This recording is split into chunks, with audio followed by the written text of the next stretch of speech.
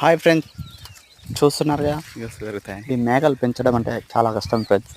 ఈ వర్షాకాలం వచ్చిందంటే మేకలు ఎక్కడ బాగా మేయం ఫ్రెండ్స్. ఇలా గుట్టలపైన అయితేనే మంచిగా మేస్తాయి. ఊరికి చాలా దూరం వచ్చి మేపవలసి వస్తుంది మేము ఫ్రెండ్స్.